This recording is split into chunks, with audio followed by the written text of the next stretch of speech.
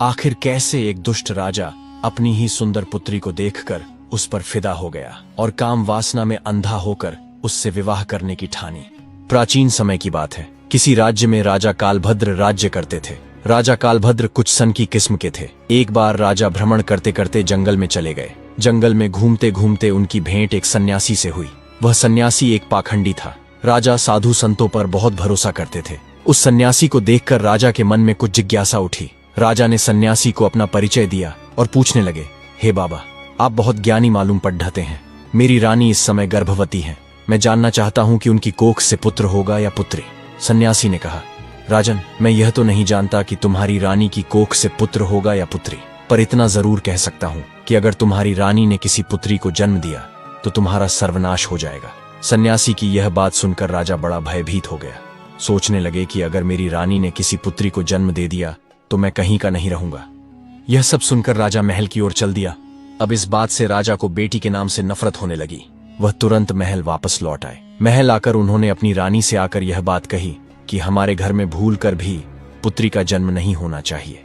अगर हमारे घर में पुत्री पैदा हुई तो मैं तुम्हें जान से मार दूंगा और उस पुत्री को भी मार डालूंगा। राजा की यह बात सुनकर रानी डर गई। वह जानती थी कि राजा बड़े ही जिद्दी किस्म के हैं। अगर पुत्री का जन्म हो गया तो वह उसे मरवा सकते हैं। इतना कहकर राजा वहां से चले गए। अब तो रानी रोज भगवान से प्रार्थना करती थी, हे परमात्मा, मुझे पुत्री मत देना, वरना राजा उसे जीवित नहीं छोड़ेंगे। दोस्तों, भगवान की कृपा से राजा कालभद्र की रानी ने सर्वप्रथम एक पुत्र को जन्म दिया। यह देखकर रानी और राजा दोनों बहुत प्रसन्न हुए। राजा तो इसलिए प्रसन्न हुआ कि पुत्री न हुई, किंतु रानी इसलिए प्रसन्न हुई कि अगर पुत्री होती तो कन्या हत्या का दोष लगता। अब ऐसे ही और कुछ दिन बीतते रहे। कुछ समय बाद रानी ने फिर से गर्भ धारण किया। बच्चे के जब जन्म होने का समय आया, उसी दौरान राजा को किसी जरूरी काम से दूसरे राज्य में जाना पड़ गया और उसे लौटने में कई दिन लगने वाले थे। जाने से पहले राजा ने अपनी रानी से कहा था, यदि तुम्हारी गर्भ से बेटी का जन्म हो तो उसे मरवा देना, मैं बेटी की सूरत नहीं देखना चाहता। यह सब कहकर राजा चला गया था, लेकिन इसी दौरान रानी ने एक पुत्री को जन्म दिया। इस बात का डर वही हो गया। बेटी को देखकर रानी घबराई। सोचने लगी कि राजा के आदेश के अनुसार बेटी की हत्या करनी पड़ेगी। ये निंदनीय काम मैं कैसे करूंगी? मैं एक माँ हूँ और मेरे लिए जितना मेरा पुत्र प्यारा है उतनी ही बेटी प्यारी है। अब तो बेटी को देखकर रानी एकदम से रोने लगी और कहने लगी, हे भगवान, अब मैं क्या करूं? कन्या हत्या का पाप बहुत बड़ा होता है। रानी बहुत बड़े धर्म संकट में फंस चुकी थी। रानी को रोते हुए देखकर उनकी जो दासी थी वह उनके पास आई और पूछने लगी, महारानी जी, घर में पुत्री हुई है, ये तो बड़े ही सौभाग्य की बात है, पर आप तो बैठी रो रही हैं, इसका क्या कारण है? क्या कोई अनहोनी हो गई? रानी बोली, हे दासी, वास्तव में जो नहीं होना चाहिए था वही तो हो गया। तब रानी ने दासी को पूरी बात बता दी कि हमारे महाराज ने इस कन्या को मारने का आदेश दिया है। अब आप ही बताइए कि मैं इस मासूम बच्ची की जान कैसे ले सकती हूँ। तब दासी ने रानी से कहा, हे रानी साहिबा, आप चिंता मत कीजिए। आप राजा से कह दीजिए कि आपने बेटी को मारवा दिया है।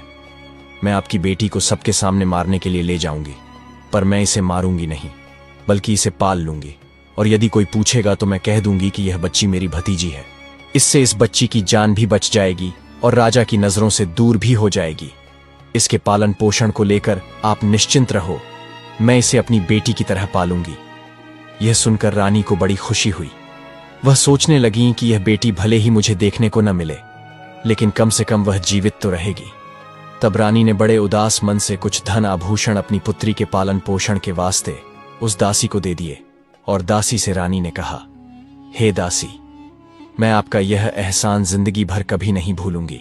जब तुम्हारे लिए धन की जरूरत पड़ेगी तो मैं तुम्हें इससे भी अधिक दौलत दूंगी, लेकिन मेरी पुत्री का यह सच कभी खुलने मत देना। इतना समझाने के बाद रानी ने अपनी उस पुत्री को दासी के हवाले सौंप दिया और धीरे धीरे पूरे राज्य में और महल में यह खबर फैला दी कि दासी ने वह बच्ची लेकर जाकर मार दिया और उसे जमीन में दफना दिया। इधर क्या हुआ? उस बच्ची को ले जाने के बाद दासी ने उसे बहुत अच्छे ढंग से पालन पोषण करना शुरू कर दिया। जब कुछ दिनों के बाद राजा कालभद्र अपने राजमहल में लौटकर आए तो राजा के लिए भी यही बात बताई गई कि आपके जाने के बाद रानी ने एक पुत्री को जन्म दिया था और उस पुत्री को आपके आदेशानुसार मारकर जमीन में दफना दिया गया। यह सुनकर राजा को बड़ी खुशी हुई। इधर दासी उस बच्ची को अपनी भतीजी बताकर पालने लगी और जब भी रानी को उस बच्ची को देखने की इच्छा होती थी तो वह उसे लेकर राजमहल चली आती थी। उस बच्ची को देखकर रानी की ममता उमड़ने लगती। रानी चोरी छिपे उस बच्ची को प्रेम कर लिया करती। पुत्री को देखकर रानी को बड़ा सुकून मिलता था। वह जब जब चाहती दासी को धन, वस्त्र और आभूषण दे दिया करती थी। इधर रानी के आदेश के अनुसार उस दासी ने पुत्री की परवरिश में किसी प्रकार की कमी नहीं छोड़ी। ऐसे ही समय बीतता गया। जो पुत्री रानी ने दासी के हवाले की थी, वह धीरे धीरे बेटी बड़ी होने लगी और जवान हो गई। राजमहल में उसका पालन पोषण नहीं हुआ। वह एक गरीब दासी के घर में पली बड़ी थी, पर फिर भी वह एक सुंदर राजकुमारी जैसी दिखती थी। जब वह जवान हो गई तो दासी ने उसे राजमहल ले जाना बंद कर दिया। वह पूरे दिन दासी के घर में ही रहती थी। एक दिन की बात है, राजा कालभद्र अपने नगर का भ्रमण कर रहे थे। जब उनकी सवारी उसी दासी के घर के सामने से होकर निकली तो वह कन्या अपनी छत पर नहाकर अपने केश सुखा रही थी। रूपवती तो वह थी ही, उस समय और भी अधिक सुंदर प्रतीत हो रही थी। रथ पर बैठे राजा कालभद्र की अचानक उस कन्या पर नजर पड़ी। उस कन्या को देखकर राजा एकदम स्तंभित रह गए, क्योंकि वह अति सुंदर थी। राजा उस युवती की सुंदरता देख उससे विवाह करने का विचार करने लगे। महल पहुंचते ही राजा ने अपने मंत्री से पूछा, हे मंत्री, वह राजकुमारी सी दिखने वाली कन्या कौन थी? मुझे तो उसके रूप ने घायल कर दिया। अतिशीघ्र इसका पता लगाओ। मंत्री तुरंत पता लगाने गया और पता करके राजा को सूचित किया, महाराज, वह कन्या एक बूढ़ी औरत की भतीजी है। रात भर राजा की नींद हराम रही। बार बार उसी लड़की का चेहरा उनकी आंखों के सामने आता रहा। सवेरा होते ही राजा ने मंत्री से कहा, मंत्री जी, वह लड़की बहुत सुंदर है। उसने मेरी रातों की नींद उड़ा दी। उसकी मोहक मूरत मुझे बार बार परेशान करती है। उसके बिना अब मैं रह न पाऊंगा। एक काम करो, कुछ लोगों को साथ ले जाकर तुम उस बूढ़ी औरत के घर जाओ और उस लड़की के साथ मेरी शादी की बात करो। उसी दिन राजा के कहने पर मंत्री अपने कुछ सैनिकों के साथ उस बूढ़ी औरत के घर गया और दासी से कहा कि हमारे राजा साहब आपकी पुत्री से विवाह करना चाहते हैं और आपकी पुत्री को राजा साहब अपनी रानी बनाना चाहते हैं। मंत्री के मुख से ऐसे शब्दों को सुनने के बाद दासी के एकदम से होश उड़ गए। वह मन ही मन सोचने लगी, हे भगवान, यह कैसा अनर्थ होने जा रहा है। आखिर अब मैं क्या करूं? वह कन्या तो उसी राजा की पुत्री है और राजा इस बात को नहीं जानता है। उसी समय उस बूढ़ी मां ने साफ इनकार करते हुए कहा, भाई, मैं एक गरीब स्त्री हूं। मेरी भतीजी राजा साहब के योग्य नहीं है, इसलिए आप दोबारा इस रिश्ते को लेकर कभी मेरे घर मत आइए।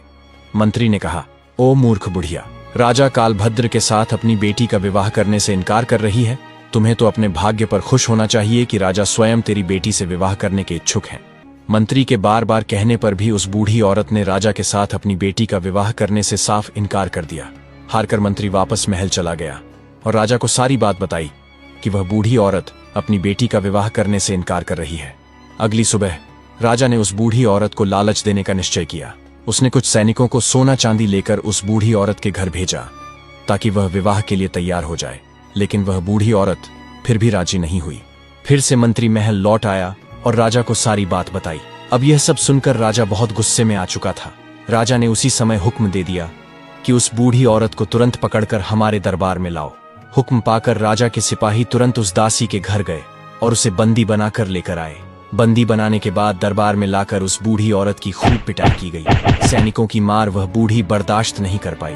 कोड़ों की मार पर ढहते ही बूढ़ी औरत राजा के समक्ष चीखते हुए गिर पड़ी और उसने सारी सच्चाई बता दी। वह हाथ जोड़कर बोली, हे महाराज, वह लड़की कोई और नहीं बल्कि आपकी सगी पुत्री है। जब आपकी कन्या हुई थी तो आपकी रानी ने मुझे वह बच्ची मारने के लिए दी थी, पर मैंने मारना ठीक न समझा। मारने की बजाय मैंने उसे अपने घर पर रखकर अपने भाई की बेटी बताकर पालना उचित समझा। मैंने ही आपकी पुत्री को पाल पोसाकर बड़ा किया है। यदि आप अपनी ही पुत्री से विवाह करेंगे तो यह बहुत बड़ा पाप होगा। दासी की बात सुनकर राजा हक्का बक्का रह गया। वह अपना माथा पकड़कर सोचने लगा, हे भगवान, मैं कितना बड़ा पाप करने जा रहा था। तूने मुझे इतने बड़े पाप में पड़ने से बचा लिया। अब तो राजा कालभद्र और भी ज्यादा क्रोधित हो उठा। उसने शाम के समय अपने पुत्र को अपने शयन कक्ष में बुलाया और उसने तुरंत ही अपने पुत्र को हुक्म दिया, बेटा, अपनी बहन को जंगल लेकर जाकर उसका सिर काट कर दफना देना। प्रमाण के लिए उसके दोनों आंखें निकालकर मुझे दिखा देना। अब राजकुमार अपने पिता के ऐसे आदेश सुनकर वह बहुत परेशान हो गया। वह सोचने लगा, पिताजी ने मुझे कितना बड़ा पाप सौंप दिया है। इतने वर्षों के बाद मुझे मेरी बहन मिली है और मुझे उसे अपने हाथों मारना होगा। भगवान कभी मुझे क्षमा न करेंगे। हे भगवान, यह पाप मुझसे न कराना। कैसे मैं उसकी आंखें निकाल कर ले जाऊं? यदि मैं कत्ल करने से मना कर दूंगा तो पिताजी बहुत जिद्दी हैं। वह मुझसे न हो तो किसी और से मेरी बहन को मरवा देगा। अब मजबूर होकर राजकुमार अपनी बहन के पास पहुंचा, उसको लेकर जंगल की ओर चल देता है। जाते समय भाई का प्रेम बहन के लिए उमड़ पड़ा और उसने कहा, हे बहन, किसी भी सूरत में मैं तुम्हारा कत्ल नहीं करूंगा। मैं तुम्हें यहीं जंगल में छोड़ दे रहा हूं। आगे तुम्हारी किस्मत का फैसला होगा। तब बहन ने जवाब दिया, भैया, तुम मुझे मार दो और मेरी आंखें निकालकर पिताजी के सामने ले जाकर दिखा दो, और यदि तुम मेरी आंखें निकालकर नहीं ले जाओगे तो पिता तुम्हें भी मार डालेंगे। उस समय दोनों भाई बहन आपस में लिपटकर बहुत रोए। दुखों का पहाड़ उन पर टूट पड़ा था और वे कुछ समझ न पाए कि क्या करें। अंत में राजकुमार ने निश्चय किया कि वह अपनी बहन को नहीं मारेगा। उसने कहा, बहन, मैं तुम्हें इस जंगल में छोड़कर जा रहा हूं। आगे भगवान की मर्जी है कि वह तुम्हारे साथ क्या करेगा। फिर उसने बहन को वहीं जंगल में छोड़ दिया और आगे बढ़ गया। आगे जाकर उसे एक हिरण दिखाई दिया। उसने तुरंत उस हिरण का वध किया और उसकी दोनों आंखें निकाल लीं। उसके बाद वह महल लौट आया और अपने पिता के समक्ष उन हिरण की आंखें रखकर कहने लगा, पिताजी, मैंने बहन को मारकर एक नदी में फेंक दिया है। वे आंखें देखकर राजा कालभद्र को भी भरोसा हो गया कि वास्तव में मेरे पुत्र ने उस लड़की को मार दिया है। यह सब देखकर राजा बहुत प्रसन्न हुआ। इधर रानी ने अपने बेटे को अपने पास बुलाया और पूछा, बेटा, क्या तू सच में अपनी बहन को मारकर आया है? तब राजकुमार कहता है, हे माँ, मैं आपसे झूठ नहीं बोलूंगा। मैंने अपनी बहन को नहीं मारा, बल्कि उसे जंगल में छोड़कर चला आया हूँ। यह सुनकर रानी को बड़ा सुकून मिला। वह भगवान से प्रार्थना करने लगी, हे भगवान, तुम्हारा बहुत बहुत धन्यवाद जो तुमने मेरे बेटे को सद्बुद्धि दी। मेरी बेटी जंगल में अकेली भटक रही होगी। आप उसकी रक्षा करना और उसे ऐसी जगह पहुंचा देना जहां उसके जीवन की नौका पार हो जाए। अब राजकुमारी जंगल में पत्ते फूल खाकर धीरे धीरे अपना गुजारा करने लगी। पेड़, पत्थर और कंटीली झाड़ियों के बीच घूमते घूमते उसके वस्त्र बिल्कुल फट चुके थे। वह अर्धनग्न अवस्था में उसी जंगल में भटक रही थी। कई दिन उसे जंगल में बीत गए। वह घनी झाड़ियों के बीच छिपकर सो जाती थी।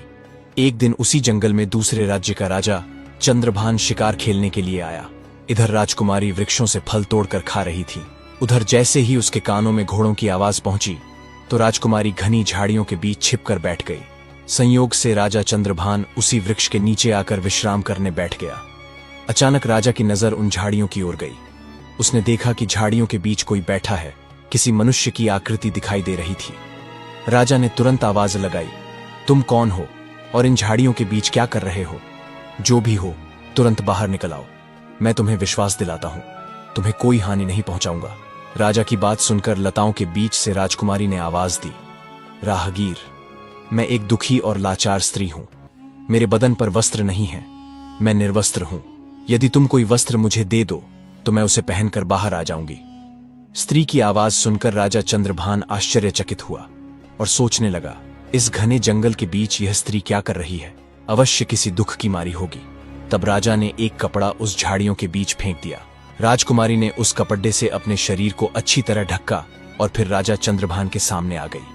राजा ने जब उसकी सुंदरता देखी तो वह उसे देखता ही रह गया। वह सोचने लगा, इतनी सुंदर स्त्री मैंने अपने जीवन में पहले कभी नहीं देखी। किसने इसे जंगल में छोड़ दिया है? यह तो हमारी रानी बनने के योग्य है। तब राजा ने अपने बारे में राजकुमारी को बताया और बोला, सुंदरी, तुम जो भी हो, इससे मुझे कुछ मतलब नहीं है। अब मैं तुम्हें अपनी रानी बनाना चाहता हूँ। राजा चंद्रभान की बात सुनकर राजकुमारी भी उसकी पत्नी बनने के लिए राजी हो गई। कहते हैं, डूबते को तिनके का सहारा भी बहुत होता है।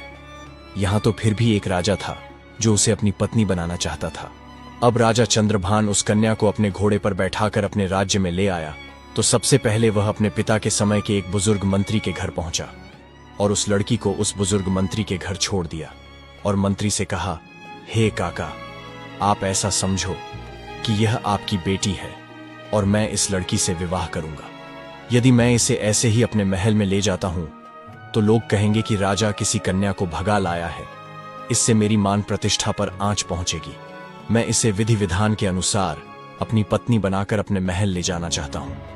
तब तक यह आपके घर आपकी बेटी बनकर रहेगी और मैं कल कई लोगों के साथ आपके घर पर रिश्ता मांगने आऊंगा और फिर इसे अपनी पत्नी बनाकर अपने घर ले जाऊंगा। तब मंत्री ने जवाब दिया, महाराज, यह आपकी अमानत है और यह अब मेरी बेटी है। जब आपका मन करे तब आप इसे अपनी पत्नी बनाकर ले जाना।